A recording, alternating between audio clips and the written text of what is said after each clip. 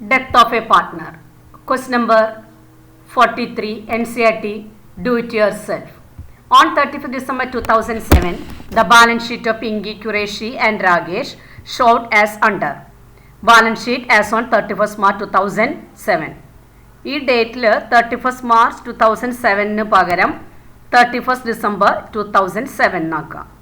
അതായത് balance sheet തന്നിരിക്കുന്ന date ഏതാണ്? 31st ഡിസംബർ 2007 ആണ്. അപ്പോൾ ഇതിലെ അസറ്റ്സും ലയബിലിറ്റീസാണ് നമുക്കിവിടെ തന്നിരിക്കുന്നത്.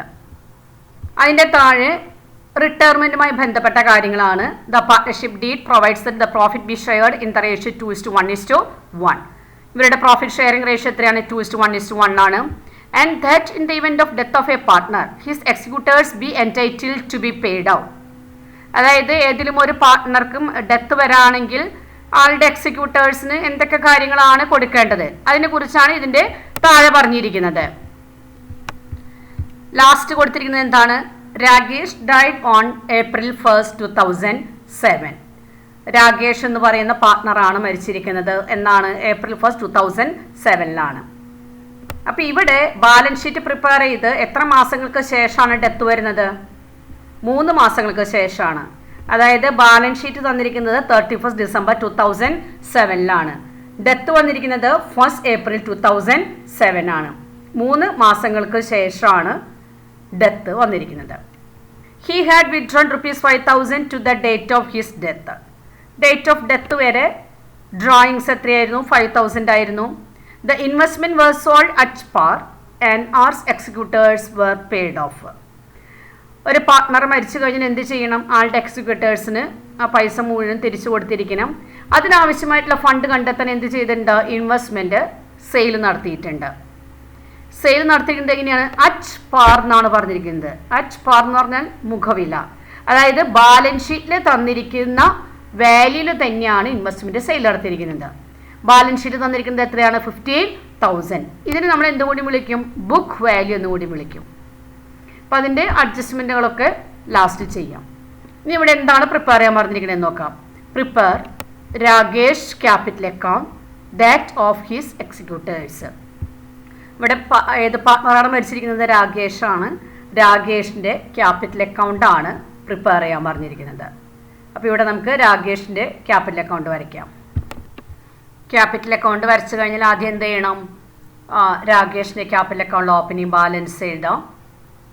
അതുപോലെ തന്നെ റിസർവ് ഫണ്ട് 2:1:1 എന്നുള്ള റേഷ്യോയിൽ ഡിവൈഡ് ചെയ്യാം. അപ്പോൾ രാകേഷിൻ്റെ ഷെയർ എത്രയാണ് വരുന്നത്? 1/4 ആണ്. 20,000 ഇൻറ്റു 1/4. അതിനുശേഷം ഡെത്തിനെ തുടർന്നുണ്ടായ അഡ്ജസ്റ്റ്മെൻറ്റുകൾ എൻ്റർ ചെയ്യാം. A the capital of his credit at the date of last balance sheet.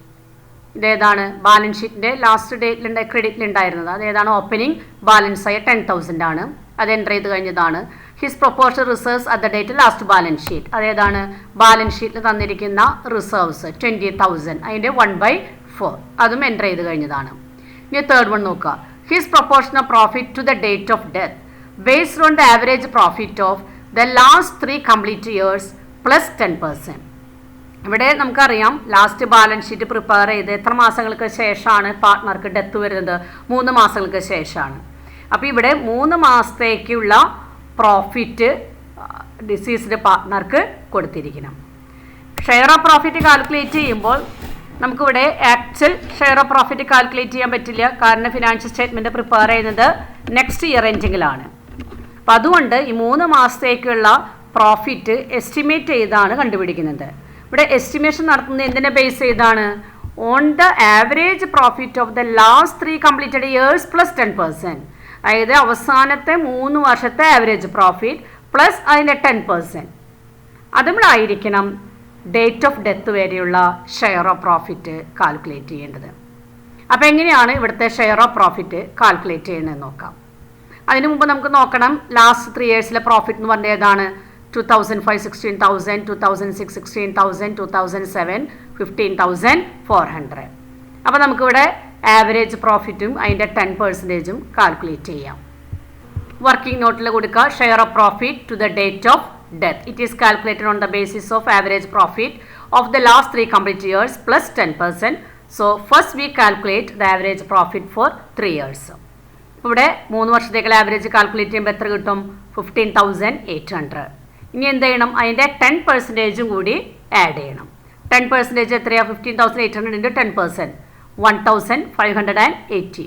അപ്പോൾ എത്ര വരും? 15,800 പ്ലസ് 1,580 ഈസ് ഈക്വൽ ടു 17,380. അപ്പോൾ ഇവിടെ പ്രോഫിറ്റ് കാൽക്കുലേറ്റ് ചെയ്യേണ്ട ഇയറിലെ പ്രോഫിറ്റ് നമുക്ക് കണ്ടു കിട്ടി. ഇനി എന്ത് കാണണം? ഇതിൻ്റെ ഷെയർ എത്രയാണെന്ന് നോക്കണം. രാകേഷിൻ്റെ ഷെയർ എത്രയാണ്? 1/4 ആണ്. എത്ര നാളത്തേക്കുള്ള പ്രോഫിറ്റാണ് കാൽക്കുലേറ്റ് ചെയ്യേണ്ടത്? 3 monthsലേക്ക്. അപ്പോൾ എങ്ങനെ കാൽക്കുലേറ്റ് ചെയ്യാം? Share of profit is equal to 17,380 into 3/12 into 1/4. That is equal to 1,086. ഈ നെറ്റ് പ്രോഫിറ്റ് ഏത് അക്കൗണ്ടിലാണ് എഴുതി കാണിക്കേണ്ടത്? ഇവിടെ നമുക്ക് profit and loss appropriation account എന്ന് പറയാൻ പറ്റില്ല. കാരണം ഇത് ആക്ച്വൽ നെറ്റ് പ്രോഫിറ്റ് അല്ല, എസ്റ്റിമേറ്റഡ് നെറ്റ് പ്രോഫിറ്റ് ആണ്. അതുകൊണ്ട് എന്തായിരിക്കണം എഴുതേണ്ടത്? Profit and loss suspense account എന്നായിരിക്കണം എഴുതേണ്ടത്. അപ്പോൾ നമുക്ക് ഇതുവരെയുള്ള എമൗണ്ടുകൾ ക്യാപിറ്റൽ അക്കൗണ്ടിൽ എൻ്റർ ചെയ്യാം. ക്യാപിറ്റൽ അക്കൗണ്ടിൽ ക്രെഡിറ്റ് സൈഡിൽ ഓപ്പണിംഗ് ബാലൻസ് എഴുതി, ജനറൽ റിസർവ് എഴുതി, profit and loss suspense account 1,086. Next അഡ്ജസ്റ്റ്മെൻറ്റിലേക്ക് കിടക്കാം. By way of goodwill his proportion of the total profits for the 3 preceding years, the net profit for the last 3 years were, net profit തന്നിട്ടുണ്ട്. ഇവിടെ 3 വർഷത്തെ net പ്രോഫിറ്റാണ് തന്നിരിക്കുന്നത്. ഇവിടെ good വില്ല് diseased പാർട്ട്ണറുടെ share of good വില്ല് എത്രയാണെന്ന് നോക്കണം. അതിനു മുമ്പ് നമ്മൾ ശ്രദ്ധിക്കേണ്ടത് എന്താണ്? ബാലൻസ് ഷീറ്റിൽ ഗുഡ് വില്ല് തന്നിട്ടുണ്ടോ ഇല്ല എന്നുള്ളതാണ്. ഇവിടെ ബാലൻസ് ഷീറ്റിൽ ഗുഡ് വില്ലൊന്നും തന്നിട്ടില്ല. അപ്പോൾ ഏത് മെത്തേഡ് ആയിരിക്കണം? Goodwill does not appear in the books of the firm. അപ്പോൾ ഇവിടെ അതിൽ തന്നെ ഏത് മെത്തേഡെന്ന് പറയാത്തത് കൊണ്ട് 4ാമത്തെ മെത്തേഡ് എടുക്കാം. No goodwill account open in the books of the firm. എന്തായിരിക്കും ജേണൽ എൻട്രി വരാം? Pinki's capital account debtor, Qureshi capital account debtor to Rakesh capital account. ആദ്യം എന്ത് ചെയ്യണം? രാകേഷിൻ്റെ ഷെയർ ഓഫ് ഗുഡ് വില് എത്രയാണെന്ന് അറിയണം. രാകേഷിൻ്റെ ഷെയർ അറിയണമെങ്കിൽ ഫേമിൻ്റെ വാല്യൂ ഓഫ് ഗുഡ് വിൽ എത്രയാണെന്ന് നോക്കണം. ഫേമിൻ്റെ വാല്യൂ ഓഫ് ഗുഡ് വിൽ നമുക്ക് തന്നിട്ടില്ല. അതേസമയം അത് കണ്ടുപിടിക്കാനുള്ള ഇൻഫോർമേഷൻസ് ആണ് നമുക്ക് ഇവിടെ തന്നിരിക്കുന്നത്. എങ്ങനെ പറഞ്ഞിരിക്കുന്നത്? പ്രൊസീഡിങ് 3 yearsലെ പ്രോഫിറ്റിനെ ബേസ് ചെയ്തുകൊണ്ടാണ് കണ്ടുപിടിക്കാൻ പറഞ്ഞിരിക്കുന്നത്. അപ്പോൾ ഇവിടെ ഏത് മെത്തേഡ് അനുസരിച്ചായിരിക്കും കാൽക്കുലേറ്റ് ചെയ്യാം? ആവറേജ് പ്രോഫിറ്റ് മെത്തേഡ് അനുസരിച്ചാണ് കാൽക്കുലേറ്റ് ചെയ്യേണ്ടത്. ആവറേജ് പ്രോഫിറ്റ് മെത്തേഡ് അനുസരിച്ച് ഗുഡ് വില്ലിൻ്റെ വാല്യൂ കാൽക്കുലേറ്റ് ചെയ്യാം. ആവറേജ് പ്രോഫിറ്റ് മെത്തേഡ് അനുസരിച്ച് ഗുഡ് വിൽ എങ്ങനെ കാൽക്കുലേറ്റ് ചെയ്യുക? ആവറേജ് പ്രോഫിറ്റിൻ്റെ എഗ്രി നമ്പർ ഓഫ് ഇയേഴ്സ്. അപ്പോൾ ആദ്യം എന്ത് കാണണം? ആവറേജ് പ്രോഫിറ്റ് കാണണം. ഇവിടെ ഇപ്പോൾ നമ്മൾ ആവറേജ് പ്രോഫിറ്റ് കാണേണ്ട കാര്യമില്ല. കാരണം നേരത്തെ ഷെയർ ഓഫ് പ്രോഫിറ്റ് കാൽക്കുലേറ്റ് ചെയ്ത സമയത്ത് ആവറേജ് കണ്ടുപിടിച്ചിട്ടുണ്ട്. എത്രയാണ്? 15,800. ഇനി എന്ത് ചെയ്യണം? Agreed number of years purchase കൊണ്ട് ഇൻഡ്യൂസ് ചെയ്യണം. ഇവിടെ agreed number of years purchase തന്നിട്ടില്ല. അതുകൊണ്ട് 1 കൊണ്ടായിരിക്കണം മൾട്ടിപ്ലൈ ചെയ്യേണ്ടത്. അപ്പോൾ ശ്രദ്ധിക്കുക, agreed number of years purchase തന്നിട്ടില്ലെങ്കിൽ എങ്ങനെയാണ് ഗുഡ് വില്ല് കാൽക്കുലേറ്റ് ചെയ്യുക? Average profit into 1, 15,800. അപ്പോൾ നമുക്ക് ഗുഡ് വില്ലിൻ്റെ വാല്യൂ കിട്ടി. ഇനി എന്ത് ചെയ്യണം? ഇതിൽ രാകേഷിൻ്റെ ഷെയർ കാണണം. രാകേഷിൻ്റെ ഷെയർ എത്രയാണ്? 1/4. 15,800 ഇൻറ്റു 1/4, 3,955. ഇത് ഏത് റേഷ്യോയിലായിരിക്കണം ഡിവൈഡ് ചെയ്യേണ്ടത്? ഗെയിനിങ് റേഷ്യോയിലായിരിക്കണം. ഗെയിനിങ് റേഷ്യോനെ കുറിച്ചോ അല്ലെങ്കിൽ ന്യൂ റേഷ്യോനെ കുറിച്ചൊന്നും പറഞ്ഞിട്ടില്ല. ഓൾഡ് റേഷ്യോ മാത്രമേ തന്നിട്ടുള്ളൂ. അങ്ങനെയാണെങ്കിൽ ഓൾഡ് റേഷ്യോ തന്നെയായിരിക്കും ഗെയിനിങ് റേഷ്യോ എന്ന് പറയുന്നത്. അപ്പോൾ അടുത്ത ഗെയിനിങ് റേഷ്യോ ഇനി കാണാം. ഓൾഡ് റേഷ്യോ എന്നത് 2:1:1 ആണ്. അതിൽ രാകേഷ് ഷെയർ 1 ആണ്. ബാക്കി എക്സിസ്റ്റിംഗ് പാർട്ട്നേഴ്സിൻ്റെ ഓൾഡ് റേഷ്യോ ഏതാണ്? 2:1 ആണ്. അപ്പോൾ അടുത്ത ഗെയിനിങ് റേഷ്യോയും 2:1 ആണ്. അപ്പോൾ 2:1 എന്നുള്ള റേഷ്യോയിൽ ഡിവൈഡ് ചെയ്യാം. അപ്പോൾ ഇവിടെ പിങ്കി ക്യുറേഷന് കൊടുക്കേണ്ട എമൗണ്ട് എത്രയാണ്? 2,636. ക്യുറേഷി കൊടുക്കേണ്ടത് 1,318. അപ്പോൾ ഇവിടെ 2 പേരിൽ നിന്നും രാകേഷിന് കിട്ടുന്ന എമൗണ്ട് എത്രയാണ്? 3,955. അപ്പോൾ ഇവിടെ ഷെയർ ഓഫ് ഗുഡ് വില്ലിൻ്റെ അഡ്ജസ്റ്റ്മെൻറ്റ് എൻ്റർ ചെയ്ത് കഴിഞ്ഞു. നെക്സ്റ്റ് വൺ നോക്കാം. He had withdrawn ₹5,000 to the date of his death. ഇതെന്താണ്? ഡ്രോയിങ്സ് ആണ്. ഡ്രോയിങ്സ് എവിടെ എഴുതാം? ക്യാപിറ്റൽ അക്കൗണ്ടിൽ ഡെബിറ്റ് സൈഡിൽ എൻ്റർ ചെയ്യാം. ഡ്രോയിങ്സ് ഡെബിറ്റ് സൈഡിലെ drawings 5,000. Next one The investment were sold at par and R's executors were paid off. അതായത് എക്സിക്യൂട്ടേഴ്സിനെ കൊടുക്കാനുള്ള ഫണ്ട് കണ്ടെത്താൻ വേണ്ടി ഇൻവെസ്റ്റ്മെൻറ്റ് സെയിൽ നടത്തിയിട്ടുണ്ട്. അപ്പോൾ ഇവിടെ ഇൻവെസ്റ്റ്മെൻറ്റ് സെയിൽ നടത്തുമ്പോൾ എന്തായിരിക്കും ജേണൽ എൻട്രി വരാം? Cash account debtor to investment account. ഇവിടുത്തെ എമൗണ്ട് എത്രയായിരിക്കും വരാം? പാർ വാല്യൂയിലാണ് വിറ്റിരിക്കുന്നത്. പാർ വാല്യൂ എന്ന് പറഞ്ഞാൽ എന്താ? ബാലൻസ് ഷീറ്റ് തന്നിരിക്കുന്ന വാല്യൂ എത്രയാണ്? 15,000. എക്സിക്യൂട്ടേഴ്സിന് കൊടുക്കാനുള്ള പൈസ എങ്ങനെയാണ് കണ്ടെത്തുന്നത് എന്നുള്ളത് എക്സിക്യൂട്ടേഴ്സിന് അറിയേണ്ട കാര്യമില്ല. പക്ഷേ ഇൻവെസ്റ്റ്മെൻറ്റ് അല്ലെങ്കിൽ അസറ്റ്സ് സെയിൽ നടത്തുന്നുണ്ടെങ്കിൽ അതിവിടെ നമ്മൾ റെക്കോർഡ് ചെയ്തിരിക്കണം. കാരണം എന്താണ്? ആ അസറ്റ്സ് സെയിൽ നടത്തുമ്പോൾ ചിലപ്പോൾ പ്രോഫിറ്റോ ലോസോ കിട്ടാം. പ്രോഫിറ്റോ ലോസ് ഉണ്ടെങ്കിൽ അതിൻ്റെ ഒരു ഓഹരി ആർക്ക് കിട്ടിയിരിക്കണം? ഡിസീസ്ഡ് പാർട്ട്ണർക്ക് കിട്ടിയിരിക്കണം. അതായത് എക്സിക്യൂട്ടേഴ്സിന് ക്യാഷ് കൊടുക്കുമ്പോൾ അതെങ്ങനെയാണ് ക്യാഷ് കിട്ടിയെന്നുള്ളത് എക്സിക്യൂട്ടേഴ്സിന് അറിയേണ്ട കാര്യമില്ല. പക്ഷേ അസറ്റ്സ് ഇവിടെ സെയിൽ നടത്തുമ്പോൾ ലാഭം നഷ്ടം ഉണ്ടെങ്കിൽ അതിൻ്റെ ഓഹരി കിട്ടിയിരിക്കണം. അപ്പോൾ ഇവിടെ നമുക്ക് ഇൻവെസ്റ്റ്മെൻറ്റ് സെയിൽ നടത്തിയപ്പോൾ ലാഭം നഷ്ടം ഉണ്ടോ നോക്കാം. ഇവിടെ നോക്കി നോക്കിയാൽ ക്യാഷ് അക്കൗണ്ട് ടു ഇൻവെസ്റ്റ്മെൻറ്റ് എന്നാണ് ബാലൻസ് ഷീറ്റിൽ തന്നിരിക്കുന്ന അതേ വാല്യൂ തന്നെയാണ് വിറ്റുപോയിരിക്കുന്നത്. അതിൽ നിന്ന് നമ്മൾ മനസ്സിലാക്കുന്നത് എന്താണ്? അവിടെ ലാഭവും നഷ്ടവും ഇല്ല.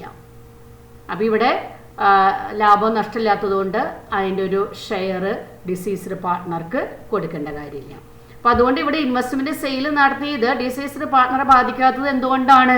ഇവിടെ പ്രോഫിറ്റോ ഇൻവെസ്റ്റ്മെൻറ്റ് സെയിൽ നടത്തിയതുകൊണ്ട് പ്രോഫിറ്റോ ലോസോ ഇല്ല. അതുകൊണ്ടാണ് അത് ഡിസീസ്ഡ് പാർട്ട്ണറെ അഫക്റ്റ് ചെയ്യാണ്ടിരുന്നത്. ഇനി നമ്മളിവിടെ ക്യാഷ് അക്കൗണ്ട് പ്രിപ്പയർ ചെയ്തിരുന്നെങ്കിൽ ഈ ക്യാഷ് എവിടെ എഴുതുമായിരുന്നു? ക്യാഷ് അക്കൗണ്ടിൽ ഡെബിറ്റ് സൈഡിൽ ടു ഇൻവെസ്റ്റ്മെൻറ്റ് 15,000 അങ്ങനെ എഴുതിയിരിക്കണം. അപ്പോൾ ഇവിടെ ക്യാഷ് അക്കൗണ്ട് ഒന്നും പ്രിപ്പയർ ചെയ്യാത്തത് കൊണ്ട് എവിടെയും പോസ്റ്റ് ചെയ്യേണ്ട കാര്യമില്ല.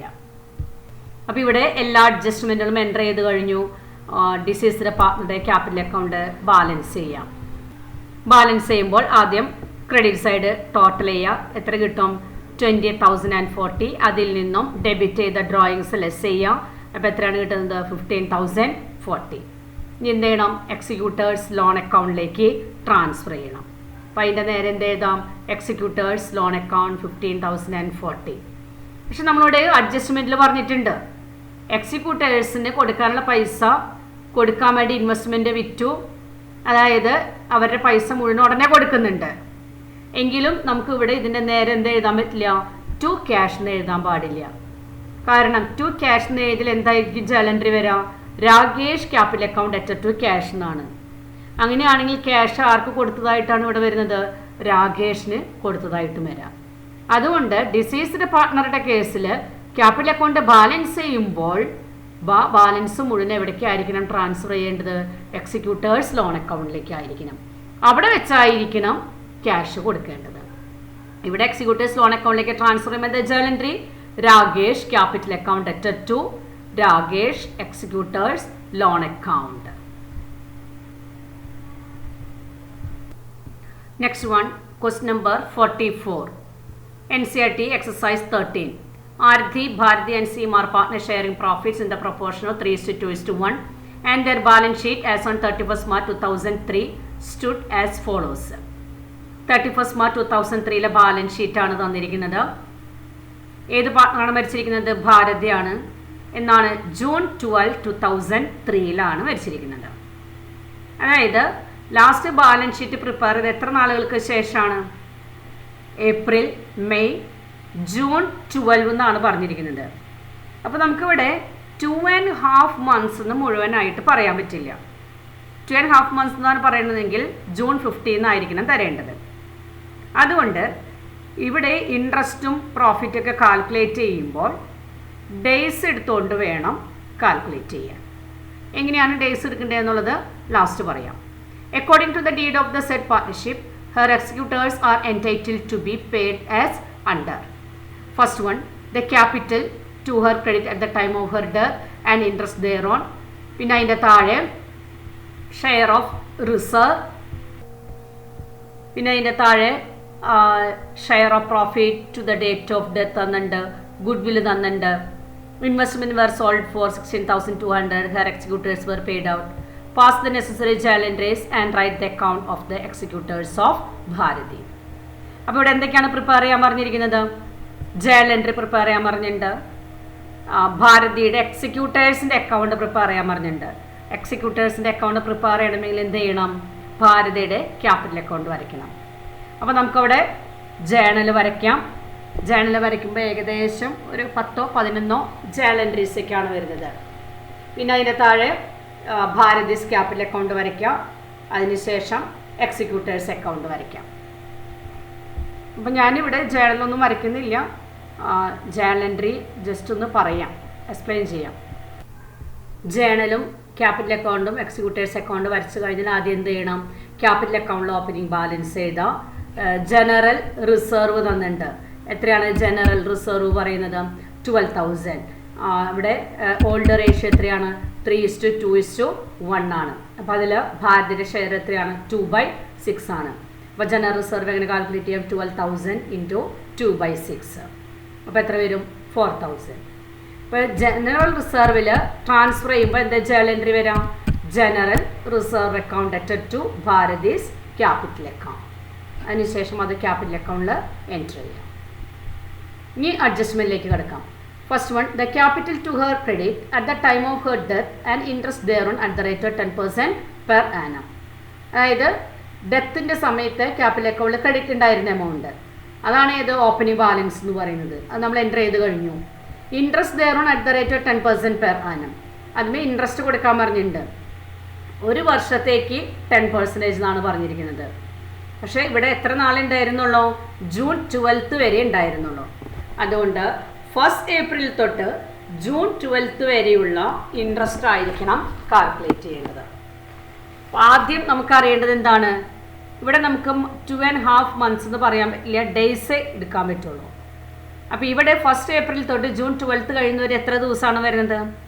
April 30 days, May 31, June 12. ഇത് മൂന്നും കൂടി പ്ലസ് ചെയ്യുമ്പോൾ അതായത് 30 + 31 + 12 എത്ര വരുന്നത്? 73 days ആണ് വരുന്നത്. അപ്പോൾ എങ്ങനെ ഇൻട്രസ്റ്റ് കാൽക്കുലേറ്റ് ചെയ്യാം? Interest on capital is equal to 12,000 × 10% × 73 / 365. അപ്പോൾ ഇവിടെ പ്രത്യേകം ശ്രദ്ധിക്കേണ്ടത് 2.5 months എന്നല്ല എടുത്തിരിക്കുന്നത്, ഡേയ്സ് ആണ് എടുത്തിരിക്കുന്നത്. ഡേയ്സ് എഴുതുമ്പോൾ എങ്ങനെ എഴുതണം? 73 / 365 that is equal to 240. Capital അക്കൗണ്ടിൽ ക്രെഡിറ്റ് സൈഡിൽ എഴുതാം. അപ്പോൾ ഇവിടെ ഇൻട്രസ്റ്റ് ഓൺ ക്യാപിറ്റൽ കൊടുക്കുന്നതല്ല, ജേണൽ എൻട്രി എന്തായിരിക്കും വരിക? Interest on capital account added to Bharati's capital account 240. അതിനുശേഷം ക്യാപിറ്റൽ അക്കൗണ്ടിൽ ക്രെഡിറ്റ് സൈഡിൽ എൻ്റർ ചെയ്യാം. Next one, his share of profit for the intervening period. Intervening period എന്ന് പറഞ്ഞാൽ ഏതാണ്? 73 daysനെയാണ് പറയുന്നത്. ഏപ്രിൽ 1 തൊട്ട് ജൂൺ 12 കഴിയുന്നത് വരെയുള്ള ഡേയ്സിനെയാണ് ഇൻ്റർവെനിങ് പീരീഡ് എന്ന് പറയുന്നത്. Her share of profit for the intervening period will be based on the sales during that period. അത്രയും കാലത്തേക്കുള്ള പ്രോഫിറ്റ് കാൽക്കുലേറ്റ് ചെയ്തത് എങ്ങനെയായിരിക്കണം? ആ പീരീഡിൽ നടന്ന സെയിൽസിനെ ബേസ് ചെയ്തുകൊണ്ടായിരിക്കണം. Which were calculated as ₹1 lakh. ആ സമയത്തുള്ള സെയിൽസ് എത്രയാണ്? 1 lakh ആണ്. The rate of profit during past 3 years had been 10% on sales. ആ സമയത്ത് പ്രോഫിറ്റ് എത്രയാണെന്നാണ് പറഞ്ഞിരിക്കുന്നത്? 10% ഓൺ സെയിൽസ് എന്നാണ് പറഞ്ഞിരിക്കുന്നത്. അങ്ങനെയാണെങ്കിൽ 73 daysലേക്കുള്ള പ്രോഫിറ്റ് എങ്ങനെയാണ് കാൽക്കുലേറ്റ് ചെയ്യണമെന്ന് നോക്കാം. ആദ്യം എന്ത് ചെയ്യാം? സെയിൽസിൻ്റെ 10% എത്രയാണെന്ന് നോക്കാം. 1 lakh × 10% എത്ര കിട്ടും? 10,000. അതിന്മേൽ 73 daysലേക്കുള്ള ഷെയർ ഓഫ് പ്രോഫിറ്റ് ആണ് കാൽക്കുലേറ്റ് ചെയ്യേണ്ടത്. അപ്പോൾ എങ്ങനെ കാണാം? 10,000 × 73 / 365 × ആളുടെ ഷെയർ എത്രയാണ്? 2/6 ദാറ്റ് ഈസ് ഈക്വൽ ടു 667. ഈ പ്രോഫിറ്റിന് നമ്മൾ എന്ത് പറയാം? Profit and loss suspense account. Journal entry എന്ത് വരും? Profit and loss suspense account added to Bharati's capital account. ഭാരതിയുടെ ക്യാപിറ്റൽ അക്കൗണ്ടിൽ എന്ത് ചെയ്യണം? ക്രെഡിറ്റ് സൈഡിൽ പ്രോഫിറ്റ് ആൻഡ് ലോസ് അക്കൗണ്ട് എന്ന് എഴുതാം. ഇനി അടുത്ത അഡ്ജസ്റ്റ്മെൻറ്റിലേക്ക് കിടക്കാം. Next one, goodwill according to her share of profit to be calculated by taking twice the amount of the average profit of the last 3 years less 20%. ഇവിടെ share of goodwill calculate ചെയ്യുന്നത് എങ്ങനെയാണ്? Twice the amount of the average profit of the last 3 years less 20% എന്നാണ് പറഞ്ഞിരിക്കുന്നത്. അപ്പോൾ എങ്ങനെയാണ് goodwill calculate ചെയ്യുന്നത് നോക്കാം. ആദ്യം എന്താണ് നമുക്ക് കണ്ടുപിടിക്കേണ്ടത്? ആവറേജ് പ്രോഫിറ്റിൻ്റെ ട്വൈസ് ലെസ് 20% എന്നല്ലേ പറഞ്ഞിരിക്കുന്നത്. ആദ്യം എന്ത് ചെയ്യാം? ആവറേജ് പ്രോഫിറ്റ് എത്രയാണെന്നുള്ളത് കാൽക്കുലേറ്റ് ചെയ്യാം. ആവറേജ് എത്രയാണ് എത്ര വർഷത്തെയാണ്? 3 വർഷത്തെ ആവറേജ് ആണ് കാണേണ്ടത്. അതിനുശേഷം എന്ത് ചെയ്യണം? അതിൽ നിന്നും 20% ലെസ് ചെയ്യണം. അങ്ങനെ കിട്ടുന്ന എമൗണ്ടിൻ്റെ ട്വൈസ് ആയിരിക്കണം വാല്യൂ ഓഫ് ഗുഡ് വിൽ ആയിട്ട് എടുക്കേണ്ടത്. അപ്പോൾ എങ്ങനെയാണ് value of goodwill calculate ചെയ്യണം നോക്കാം. ആദ്യം ആവറേജ് കാണാം. 3 വർഷത്തെ ആവറേജ് കാണുമ്പോൾ എത്ര വരും? 9000. അതിൽ നിന്നും 20% ലെസ് ചെയ്യാം. 9000ൻ്റെ 20% എത്രയാണ്? 1800. 9000 മൈനസ് 1800 7200. ഇനി ഗുഡ് വിൽ എന്ന് പറയുന്നത് ഏതാണ്? അതിൻ്റെ ട്വൈസ് ആണ്. അപ്പോൾ എത്ര കിട്ടും? 14,400. ഇതിൽ ഭാരതിയുടെ ഷെയർ ഓഫ് ഗുഡ് വിൽ എത്രയാണെന്ന് കാൽക്കുലേറ്റ് ചെയ്യുക. 14,400 ഇൻറ്റു 2/6 4,800. ഇനി എന്ത് ചെയ്യണം? ഇവിടെ ജേണൽ എൻട്രി എന്താ വരാം? Continuing partners capital account added to retiring deceased partners capital account. ഏത് റേഷ്യോയിലായിരിക്കണം? ഗെയിനിങ് റേഷ്യോയിലായിരിക്കണം ഡിവൈഡ് ചെയ്യേണ്ടത്. ഇവിടുത്തെ ഗെയിനിങ് റേഷ്യോ എന്ന് പറയുന്നത് ഏതാണ്? വേറെ റേഷ്യോ ഒന്നും പറയാത്തത് കൊണ്ട് ഓൾഡ് റേഷ്യോയിൽ തന്നെയാണ് കണ്ടിന്യൂ ചെയ്യാം. ഇവിടുത്തെ ഗെയിനിങ് റേഷ്യോ എന്ന് പറഞ്ഞത് 3:1 ആണ്. ജേണൽ എൻട്രി എന്ത് വരും? Aarti's capital account debtor Seema's capital account debtor to Bharati's capital account. 3:1 റേഷ്യോയിൽ ഡിവൈഡ് ചെയ്യുമ്പോൾ ഓരോരുത്തരും കൊടുക്കേണ്ടത് 3,600 1,200. ഭാരതിയുടെ ക്യാപിറ്റൽ അക്കൗണ്ടിൽ ക്രെഡിറ്റ്സിൽ എങ്ങനെ എഴുതാം? By Aarti's capital 3,600 by Seema's capital 1,200. Next one, the investment were sold for rupees 16,200 and her executors were paid out. അതായത് ഇവിടെ എക്സിക്യൂട്ടേഴ്സിന് കൊടുക്കുന്നതിൻ്റെ ഭാഗമായി ഇൻവെസ്റ്റ്മെൻറ്റ് സെയിൽ നടത്തിയിരിക്കുകയാണ്. എക്സിക്യൂട്ടേഴ്സിനെ സംബന്ധിച്ചിടത്തോളം എങ്ങനെയാണ് ക്യാഷ് കിട്ടുക എന്നുള്ളത് അവർക്ക് അറിയേണ്ട കാര്യമില്ല. പക്ഷേ ഇൻവെസ്റ്റ്മെൻറ്റ് സെയിൽ നടത്തിയിട്ടുണ്ടെങ്കിൽ, അതായത് അസറ്റ്സ് സെയിൽ നടത്തുമ്പോൾ കിട്ടുന്ന പ്രോഫിറ്റിനെങ്കിൽ ലോസിൻ്റെ ഒരു ഷെയർ ഡിസീസ്ഡ് പാർട്ട്ണർക്ക് കിട്ടിയിരിക്കണം. അപ്പോൾ ഇവിടെ ഇൻവെസ്റ്റ്മെൻറ്റ് സെയിൽ നടത്തിയപ്പോൾ പ്രോഫിറ്റ് ആണോ ലോസ് ആണോ നോക്കാം. അതിന് നമുക്ക് ജേണൽ എൻട്രി എഴുതാം. ഇൻവെസ്റ്റ്മെൻറ്റ് സെയിൽ നടത്തുമ്പോൾ എന്താ ജേണൽ എൻട്രി വരാം? Cash account debtor to investment. ആദ്യം നമ്മൾ അങ്ങനെയാണ് എഴുതേണ്ടത്. ഇതിൽ ക്യാഷ് അക്കൗണ്ടിൻ്റെ നേരെ എത്രയാണ് എഴുതാം? എത്ര രൂപയാണോ സെയിൽ നടത്തിയപ്പോൾ കിട്ടിയത് അതാണ് എഴുതുക, 16,200. ഇൻവെസ്റ്റ്മെൻറ്റിന് നേരെ എത്ര എഴുതും? എത്ര രൂപയുടെ ഇൻവെസ്റ്റ്മെൻ്റ് ആണ് വിറ്റിരിക്കുന്നത് അതാണ് എഴുതുക. അതായത് ഇൻവെസ്റ്റ്മെൻറ്റിൻ്റെ ബുക്ക് വാല്യൂ ആയിരിക്കണം. ബുക്ക് വാല്യൂ എന്ന് പറഞ്ഞാൽ ബാലൻസ് ഷീറ്റ് തന്നിരിക്കുന്ന വാല്യൂ. ബാലൻസ് ഷീറ്റ് തന്നിരിക്കുന്നത് എത്രയാണ്? 13,250. അപ്പോൾ ഇവിടെ സെല്ലിംഗ് പ്രൈസ് ബുക്ക് വാല്യൂ നമ്മൾ കമ്പയർ ചെയ്യുമ്പോൾ ഏതാണ് കൂടുതൽ വരുന്നത്? സെല്ലിംഗ് പ്രൈസ് ആണ്.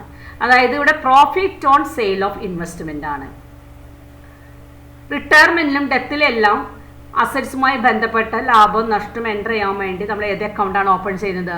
റീവാല്യുവേഷൻ അക്കൗണ്ടാണ്. അതുകൊണ്ട് ഇവിടെ കിട്ടിയ പ്രോഫിറ്റ് എന്ത് ചെയ്യണം? റീവാല്യുവേഷൻ അക്കൗണ്ടിൽ എഴുതണം. പ്രോഫിറ്റ് ആയതുകൊണ്ട് റീവാല്യുവേഷൻ അക്കൗണ്ടിനെ ക്രെഡിറ്റ് ചെയ്യണം. എത്രയാണ്? 2,950. അപ്പോൾ ഇവിടെ പ്രോഫിറ്റിൽ ഒരു അസറ്റ്സ് സെയിൽ നടത്തുമ്പോൾ എന്തായിരിക്കും ജേണൽ എൻട്രി വരാം? Cash account debtor to investment to revaluation. ലോസിലാണ് സെയിൽ നടത്തുന്നതെങ്കിൽ ജേണൽ എൻട്രി എന്ത് വരും? Cash account debtor revaluation account debtor to investment. ഇവിടെ എമൗണ്ട് എഴുതുമ്പോൾ ശ്രദ്ധിക്കേണ്ടത് എന്താണ്? ക്യാഷിൻ്റെ നേരെ എഴുതാം റിയലൈസ് ചെയ്ത് കിട്ടിയ എമൗണ്ടാണ്, അതായത് സെല്ലിംഗ് പ്രൈസ് ആണ് എഴുതാം. അസറ്റ്സിൻ്റെ നേരെ അല്ലെങ്കിൽ ഇൻവെസ്റ്റ്മെൻറ്റിൻ്റെ നേരെ എന്താ എഴുതേണ്ടത്? ബുക്ക് വാല്യൂ ആയിരിക്കണം. ഇനി ആ ഡിഫറൻസ് വരുന്നത് പ്രോഫിറ്റ് ലോസ് ആയിരിക്കും. അതെവിടെ എഴുതണം? റീവാലുവേഷൻ അക്കൗണ്ടിലേക്ക് എൻറ്റർ ചെയ്യണം. ഇവിടെ റീവാലുവേഷനിൽ എഴുതാൻ ഒരു ജേണൽ എൻട്രി മാത്രമേ ഉള്ളൂ. അതുകൊണ്ട് റീവാലുവേഷൻ അക്കൗണ്ട് ഓപ്പൺ ചെയ്യണമെന്നില്ല. റീവാലുവേഷൻ പ്രോഫിറ്റിൻ്റെ ഒരു ഷെയർ ഭാരതീസ് ക്യാപിറ്റൽ അക്കൗണ്ടിലേക്ക് ക്രെഡിറ്റ് ചെയ്താൽ മതി. അയാളുടെ ഷെയർ എത്രയാണ്? 2/6 ആണ്. അപ്പോൾ എങ്ങനെ ഷെയർ കാണും? 2,950 ഇൻറ്റു 2/6 983. ഇപ്പോൾ ഇവിടെ ഭാരതീസ് ക്യാപിറ്റൽ അക്കൗണ്ടിൽ ക്രെഡിറ്റ് ചെയ്യാം. അപ്പോൾ ഇവിടെ ക്യാപിറ്റൽ അക്കൗണ്ടിൽ എന്തൊക്കെ എൻ്റർ ചെയ്തു? ഓപ്പണിംഗ് ബാലൻസ് എഴുതി, ഇൻട്രസ്റ്റ് ഓൺ ക്യാപിറ്റൽ ക്രെഡിറ്റ് ചെയ്തു, റിസർവ് ഫണ്ട് ക്രെഡിറ്റ് ചെയ്തു, profit and loss suspense account credit ചെയ്തു, ഷെയർ ഓഫ് ഗുഡ് വിൽ എഴുതി. ഷെയർ ഓഫ് ഗുഡ് വിൽ എഴുതുമ്പോൾ ജേണൽ എൻട്രി എന്താണ് വരുന്നത്? Aarti's capital account debtor Seema's capital account debtor to goodwill Bharati's capital account. ഇവിടെ investment sale നടത്തിയപ്പോൾ അതിൻ്റെ ഒരു ഷെയർ ഓഫ് പ്രോഫിറ്റും എഴുതി. എങ്ങനെ എഴുതണം? ക്യാപിറ്റൽ അക്കൗണ്ടിൽ റീവാലുവേഷൻ 2950 ഇൻറ്റു 2/6. അതിനുശേഷം അത് ബാലൻസ് ചെയ്യുക. എവിടേക്ക് ട്രാൻസ്ഫർ ചെയ്യണം? എക്സിക്യൂട്ടേഴ്സ് അക്കൗണ്ടിലേക്ക്, ലോൺ അക്കൗണ്ടിലേക്ക് ട്രാൻസ്ഫർ ചെയ്യാം. അപ്പോൾ അവിടെ ട്രാൻസ്ഫർ ചെയ്യുന്ന ജലൻ്റെ എഴുതണം. എന്താ ജലൻ്റെ വരെ? Bharati's capital account added to Bharati's executors loan account. അതിനുശേഷം എക്സിക്യൂട്ടേഴ്സ് ലോൺ അക്കൗണ്ടിൽ ക്രെഡിറ്റ് ചെയ്യുക ഭാരതീസ് ക്യാപിറ്റൽ അക്കൗണ്ട്, ആ എമൗണ്ട് എഴുതാം. അതിനുശേഷം എന്ത് ചെയ്യണം? ഇവിടെ ക്യാഷ് ആയിട്ട് കൊടുക്കുമെന്ന് പറഞ്ഞിട്ടുണ്ട്. ഉടനെ തന്നെ അത് മുഴുവനായിട്ടും ക്യാഷ് കൊടുക്കുന്നതായിട്ട് എഴുതാം. ടു ക്യാഷ് എന്ന് എഴുതാം. Next one, question number 45, NCERT exercise 9. Following is the balance sheet of Pratik, Rocky and Kushal as on 31st March 2007. 31st March 2007 balance ഷീറ്റാണ് നമുക്കിവിടെ തന്നിരിക്കുന്നത്. ഇനി അതിൻ്റെ താഴെ എന്തൊക്കെ അഡ്ജസ്റ്റ്മെൻറ്റ് തന്നിട്ട് നോക്കാം. Rocky died on June 30, 2007. ഏത് പാർട്ട്ണറാണ് മരിച്ചിരിക്കുന്നത്? റോക്കിയാണ്. എന്നാണ്? June 30 ആണ്. അപ്പോൾ ബാലൻസ് ഷീറ്റ് പ്രിപ്പയർ ചെയ്ത് എത്ര നാളുകൾക്ക് ശേഷമാണ് മരിച്ചിരിക്കുന്നത്? ഏപ്രിൽ, മെയ്, ജൂൺ, 3 മന്ത്സിന് ശേഷമാണ്. അപ്പോൾ ഇവിടെ ഇൻട്രസ്റ്റ് ഓൺ ക്യാപിറ്റലും പ്രോഫിറ്റ് ആൻഡ് ലോസ് സസ്പെൻസും കാൽക്കുലേറ്റ് ചെയ്യേണ്ടത് എത്ര കാലത്തേക്കായിരിക്കണം? 3 മന്ത്സിലേക്കായിരിക്കണം കാൽക്കുലേറ്റ് ചെയ്യേണ്ടത്. Under the terms of the partnership deed the executors of deceased partner were entitled to. എന്തൊക്കെയാണ് കിട്ടേണ്ടത്? Amount standing to the credit of partners capital account, അതായത് capital account opening balance. Interest on capital എത്രയാണ്? 5% ആണ്. അത് എത്ര നാളത്തേക്കായിരിക്കണം? 3 മന്ത്സിലേക്കായിരിക്കണം. Share of good will എങ്ങനെയാണ് പറഞ്ഞിരിക്കുന്നത്? Twice the average of the past 3 years profit. ഇവിടെ ഏത് മെത്തേഡ് അനുസരിച്ച് കാൽക്കുലേറ്റ് ചെയ്യുന്നത്? ആവറേജ് പ്രോഫിറ്റ് മെത്തേഡ് അനുസരിച്ചാണ്. ഇവിടുത്തെ പ്രോഫിറ്റ് ഇവിടെ നമുക്കിവിടെ ലാസ്റ്റ് തന്നിട്ടുണ്ട്. അതിൻ്റെ ആവറേജ് കാണാം ഇൻറ്റു ട്വൈസ്, അതായത് into 2. Share of profit from the closing date of last balance sheet to the date of death on the basis of last years profit. അതായത് profit suspense അക്കൗണ്ടിൽ എഴുതുന്ന profit എന്തിനെ base ചെയ്തുകൊണ്ടാണ്? On the basis of last years profit. Last year എന്ന് പറഞ്ഞാൽ ഏതാണ്? Death വന്നിരിക്കുന്നത് June 30, 2007 അതിൻ്റെ തൊട്ട് മുമ്പത്തെ വർഷം അതേതാണ്? 31st March 2007 എത്ര പ്രോഫിറ്റ്? 14,000. അപ്പോൾ 14,000 3 മന്ത്സിലേക്കുള്ള ഷെയർ ആയിരിക്കണം കൊടുക്കേണ്ടത്. Profits per shared in the ratio capitals. ഇവിടെ പ്രോഫിറ്റ്സ് ഡിവൈഡ് ചെയ്യുന്നത് ഏത് റേഷ്യോയിലാണ്? ക്യാപിറ്റലിനെ ബേസ് ചെയ്തുകൊണ്ടാണ്. ഒരു ക്വസ്റ്റ്യനിൽ പ്രോഫിറ്റ് ഷെയറിംഗ് റേഷ്യോനെ കുറിച്ച് ഒന്നും പറഞ്ഞില്ലെങ്കിൽ ഈക്വൽ റേഷ്യോയിലായിരിക്കണം ഡിവൈഡ് ചെയ്യേണ്ടത്. ഇവിടെ ക്യാപിറ്റൽ റേഷ്യോ എന്ന് പ്രത്യേകം പറഞ്ഞിട്ടുണ്ട്. അപ്പോൾ ഇവിടുത്തെ പ്രോഫിറ്റ് ഷെയറിംഗ് റേഷ്യോ എത്രയായിരിക്കും? ഇവിടെ 30,000, 20,000, 20,000 എന്നാണ് തന്നിരിക്കുന്നത്. അപ്പോൾ റേഷ്യോ എത്രയാണ്? 3:2:2. ഇനി ഇവിടെ എന്തൊക്കെയാണ് പ്രിപ്പയർ ചെയ്യാൻ പറഞ്ഞിരിക്കുന്നത്? ജേണൽ എഴുതാൻ പറഞ്ഞിട്ടുണ്ട്. റോക്കീസ് ക്യാപിറ്റൽ അക്കൗണ്ട് പ്രിപ്പയർ ചെയ്യാൻ പറഞ്ഞിട്ടുണ്ട്. അപ്പോൾ അതിൻ്റെ ജേണൽ വരയ്ക്കുക. റോക്കീസ് ക്യാപിറ്റൽ അക്കൗണ്ട് എഴുതാം. ജേണൽ എഴുതുമ്പോൾ എന്തൊക്കെ എഴുതണം? റിസർവ്സ് ട്രാൻസ്ഫർ ചെയ്യുന്നുള്ള ജലൻഡർ എഴുതണം. ഇൻട്രസ്റ്റ് ഓൺ ക്യാപിറ്റൽ കൊടുക്കുന്നുള്ള ജലൻഡർ എഴുതണം. ഗുഡ് വില്ലിൻ്റെ ജലൻഡർ എഴുതണം. അതുപോലെ തന്നെ പ്രോഫിറ്റ് ആണോ സസ്പെൻസ് അക്കൗണ്ടിനുള്ള ജലൻഡർ എഴുതണം. അതിനുശേഷം എക്സിക്യൂട്ടേഴ്സ് ക്യാപിറ്റൽ അക്കൗണ്ടിലേക്ക്, ലോൺ അക്കൗണ്ടിലേക്ക് ട്രാൻസ്ഫർ ചെയ്യുന്നതിനുള്ള ജലൻഡർ എഴുതാം.